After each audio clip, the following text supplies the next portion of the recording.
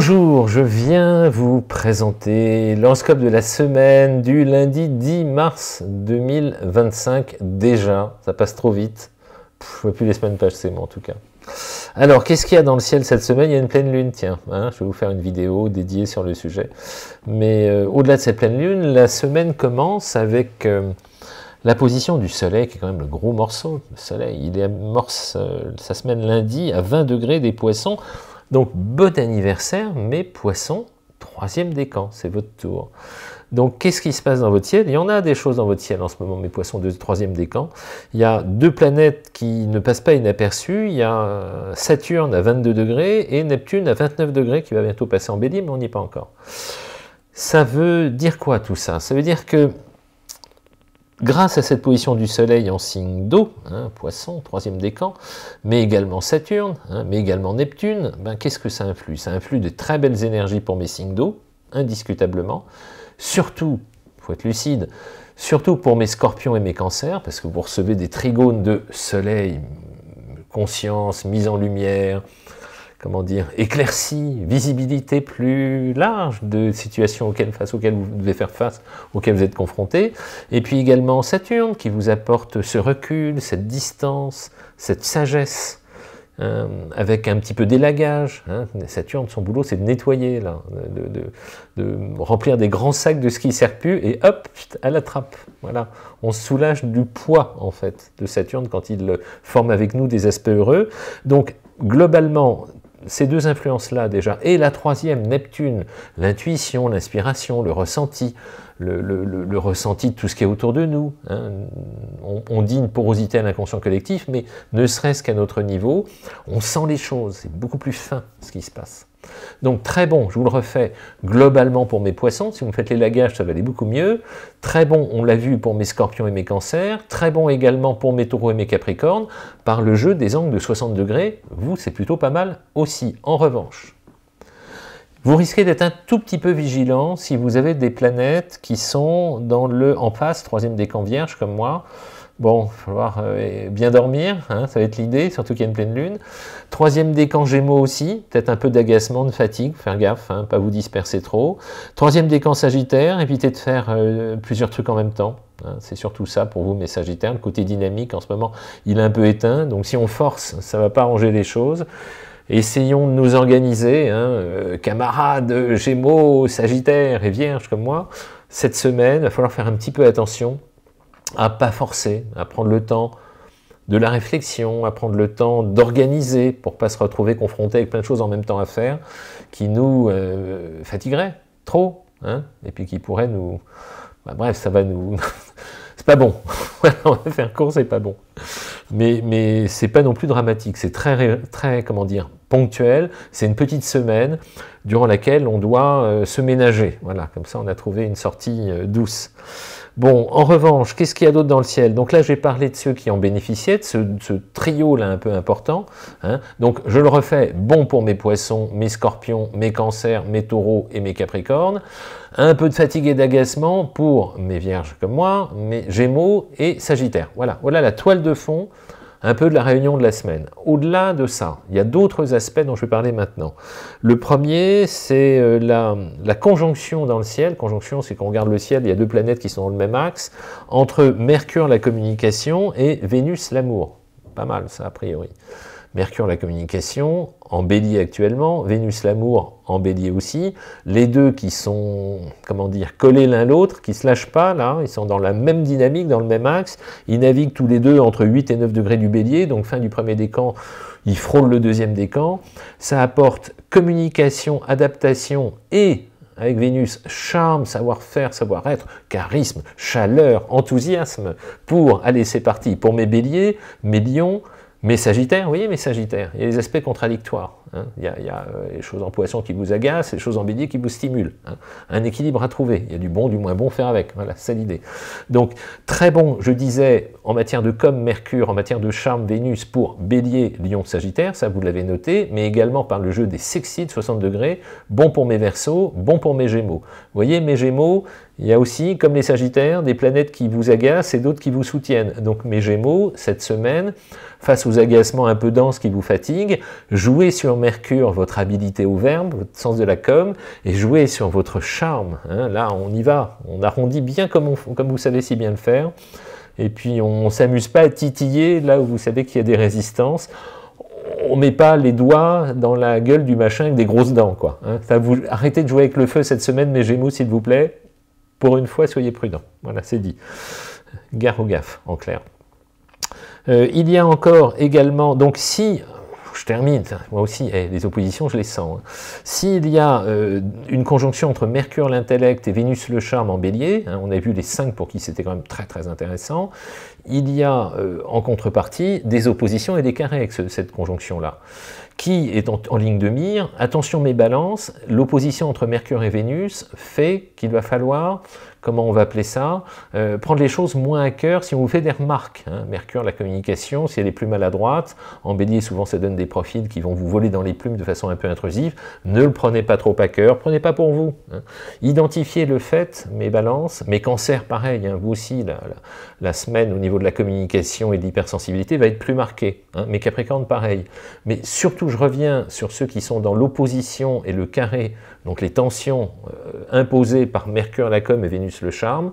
Dans le cas de mes balances, prenez pas tout trop à cœur. Hein. Bon, voilà, vous le savez, c'est une opposition, donc si on est un peu vif sur votre dos, si on vous pousse, on stimule, on vous sollicite, on vous demande d'être plus réactif, peut-être une raison, je ne sais pas, mais dans tous les cas, ne vous cabrez pas, ne fermez pas. Hein. Pareil pour mes cancers, trop réceptif en mes cancers, au niveau de tout ce qui est communication et réceptivité affective. Hein.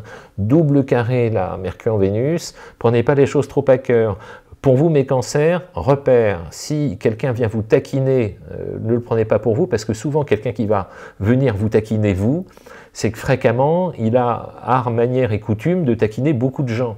Donc si on prend le recul de se dire, est-ce que celui qui vient me tracasser, est-ce que je suis son seul réceptacle d'animosité? Là on se pose des questions. En revanche, si la nature de celui qui vient vous taquiner a pour habitude de casser les pieds de tout ce qui bouge, on relativise tout simplement et on se dit que bon, ben vite on va passer son tour, hein, c'est des chaises musicales, on esquive et hop, au suivant. Voilà, une stratégie comme une autre.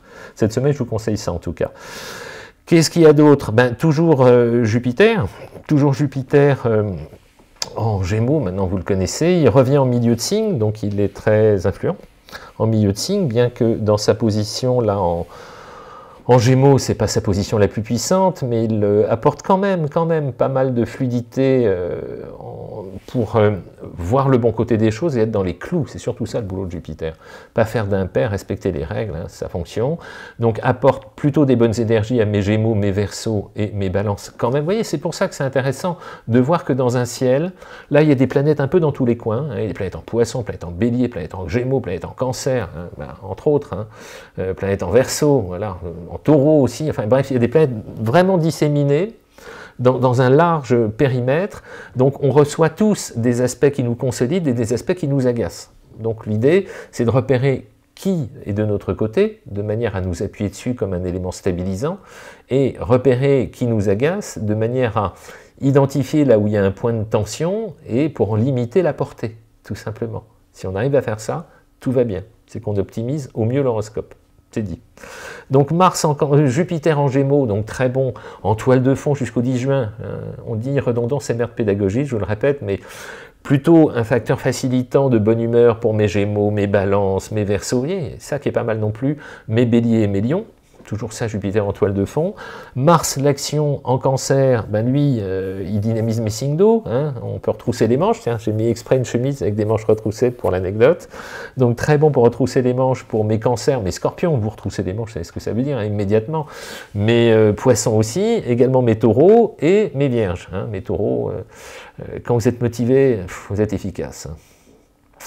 Vous levez tôt le matin, c'est un petit clin d'œil en rapport d'une petite vidéo que j'ai faite chez un copain qui faisait de la radio.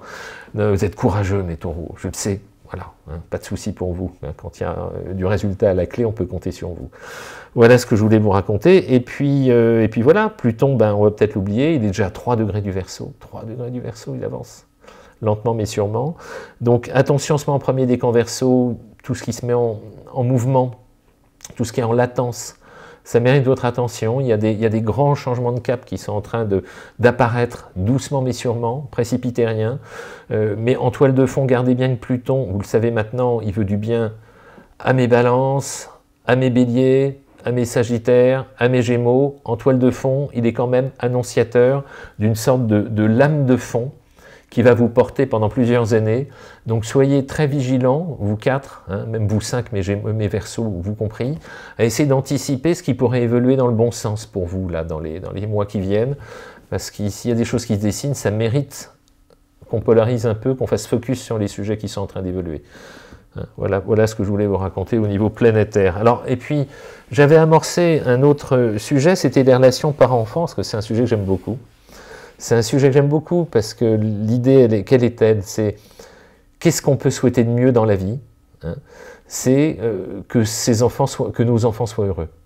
Et pour qu'ils soient heureux, il y a une part d'expérience de la vie extérieure, bien évidemment, elle est majoritaire, et puis il y a une petite part, ce que j'appelle d'injonction familiale, que ce soit conscient ou inconscient. Hein, les injonctions conscientes, c'est dis bonjour, dis merci, tiens-toi droit, tous les mécanismes fondamentaux pour vivre en collectivité. Et il y a toutes les injonctions inconscientes qui sont davantage lunaires, hein, en quelque sorte, qui ont pour fonction de les orienter, de les pousser, de les stimuler, de les encourager sans les pénaliser. Et c'est là où c'est subtil. Et dans cette démarche-là, il y a un dosage à trouver. Vous voyez, par exemple, l'info sur laquelle je voudrais échanger avec vous aujourd'hui, c'est qu'est-ce qui fait écho chez nous et qu'est-ce qui fait écho dans les relations parents-enfants. J'avais pris l'exemple la semaine dernière en vous racontant, je ne sais pas si je vous l'ai raconté, je ne sais même plus moi de toute façon. Moi j'avais deux parents qui étaient double martiens. Hein. Les signes gouvernés par Mars, c'est Bélier, Scorpion et Capricorne. Donc ces signes, ils sont plus courageux que les autres, plus bosseurs que les autres, plus volontaires que les autres, mais plus casse-pieds que les autres, c'est clair. Statistiquement, on ne peut pas tout avoir. Mars, c'est la guerre, c'est l'affrontement, c'est je m'affirme, je vais au rapport de force. Et moi qui ai des parents double martiens, hein, j'ai un père Soleil Bélier d'une Capricorne, une mère Capricorne d'une Scorpion, je ne vous fais pas un dessin, donc c'est des guerriers. Donc quand on est face à des profils comme ça, c'est pas simple. Hein. Il est plus simple d'avoir des parents mercuriens, vénusiens, jupitériens que des parents secs. Hein. Pareil, les parents saturniens, c'est pas les plus faciles parce qu'ils envoient des mécanismes d'exigence dans leurs injonctions de comportement qui peuvent se révéler étouffantes, pénalisantes, stressantes, castrantes même pour les mômes. Donc l'objectif étant de savoir ce qui correspond à notre nature, de savoir que si on est trop mou, ben, les gamins ils vont trop se déployer, hein, ça dépend des gamins remarqués, mais dans tous les cas, il faut trouver le bon cadrage, et le bon cadrage, c'est jamais être trop souple et jamais être trop sec. Hein. Et dans tous les cas, moi je suis un fervent convaincu que la communication, c'est un élément fondamental. Donc de là à en déduire que les parents mercuriens sont de meilleurs parents que les autres, j'irai pas jusque-là. Mais dans tous les cas, c'est vraiment un jeu d'équilibre. Hein. Si soi-même on a une structure solaire, on dit rien ne pousse à l'ombre des grands arbres. Bon, les solaires bouffent beaucoup l'espace. Les lunaires fonctionnent beaucoup à l'émotion. Hein. Ils sont très couvants, très maternants. Hein. Les mercuriens, eux, ils sont dans l'interaction, c'est des ados comme leurs gamins en fait. Hein. Donc c'est très riche en revanche les parents mercuriens parce qu'il y a plein d'infos qui circulent, mais c'est pas toujours très rassurant en matière de stabilité. C'est tellement mobile, mutable. Les parents vénusiens, ils sont adorables, mais ils ne sont pas cadrants. Hein. Ils sont arrangeants, ils sont dans le plaisir, mais qu'est-ce qui te fera plaisir, mon chéri? Voilà. C'est pas tellement cadrant non plus. Les martiens, c'est l'enfer parce que la vie est un conflit, ça peut donner des mômes parano, je connais le sujet. Les jupitériens, c'est généreux, mais du coup on met tout le tapis, sous le tapis, tout ce qu'on devrait mettre en lumière pour le clarifier, mais c'est très protecteur et généreux aussi, encourageant aussi, c'est bon, j'aime beaucoup les jupitériens, moi. Les saturniens, ils sont super pour cadrer, mais ils étouffent. On dit Saturne mangeait ses enfants, faire très attention à ça. Hein. Encourager ses enfants, pour mes Saturniens, c'est une leçon, c'est un truc à piger. Hein. Les Uraniens, ben, ils sont hyper créatifs, indépendants, je ne veux pas classifier comme ça, mais ça donne des profils qui sont très ouverts à des méthodes nouvelles, à des approches nouvelles, à la liberté, c'est très intéressant, hein, les Uraniens, mais c'est pas toujours très cadrant non plus. Les Neptuniens, c'est le flou à la maison. Quant aux Plutoniens, c'est des manipulateurs, donc pour culpabiliser les enfants, on ne fait pas mieux non plus. Voilà, donc il n'y a pas de règle absolue, mais ce que je voulais vous mettre en lumière, c'est de bien repérer quelles sont les caractéristiques des enfants, de façon à leur apporter précisément là où ils ont des besoins. Précisément là où ils ont des besoins. Et ça se calibre. Mais ça, c'est ce que j'adore faire. Voilà ce que je voulais vous raconter aujourd'hui. Allez, je reprendrai ce sujet-là parce que c'est un de mes sujets préférés. Des petites citations. Une première citation de Florence. Florence nous cite Mère Teresa. « La vie est un défi à relever, un bonheur à mériter, une aventure à tenter. » J'aime beaucoup cette image-là, moi, cette formule-là de Mère Teresa par Florence. Une autre de Didier. Didier nous cite Carl Jung. Toujours intéressant, Carl Jung. On a toujours l'oreille qui se dresse quand on évoque Carl Jung. Ce que l'on réprime s'exprime dans le corps. Ça, c'est un truc, s'imprime dans le corps. Ce que l'on réprime s'imprime dans le corps. C'est vraiment un des fonctionnements les plus archaïques sur lesquels on est tous construits. Je connais rien à rien, moi, mais j'ai quand même le ressenti que quand on n'arrive pas à exprimer nos douleurs, le corps devient un réceptacle qui en crée l'émanation. Hein, je ne sais plus qui disait, 80% des pathologies auxquelles on est confronté ont une origine psychosomatique ou génétique ou environnementale ou psychosomatique. Donc on crée nos soucis. Et il me semble avoir retenu des travaux d'un psy qui s'appelle Adler, qui lui évoquait l'impérative nécessité d'évacuer ses ressentis, ce qui est le ressort premier de la psychanalyse, évacuer les ressentis. On dit remonter les émotions au conscient. Hein, c'est le but de la psychanalyse, hein, par des mots, et le formuler par des mots. Déjà, on est clair, ce qui est source de souffrance, tout simplement. C'est ça le principe. Donc j'aime beaucoup cette citation de Jung, bien évidemment, pour ses multiples raisons, et la liste n'est pas exhaustive. Et enfin, une dernière de Guy, non, une avant-dernière de Guy.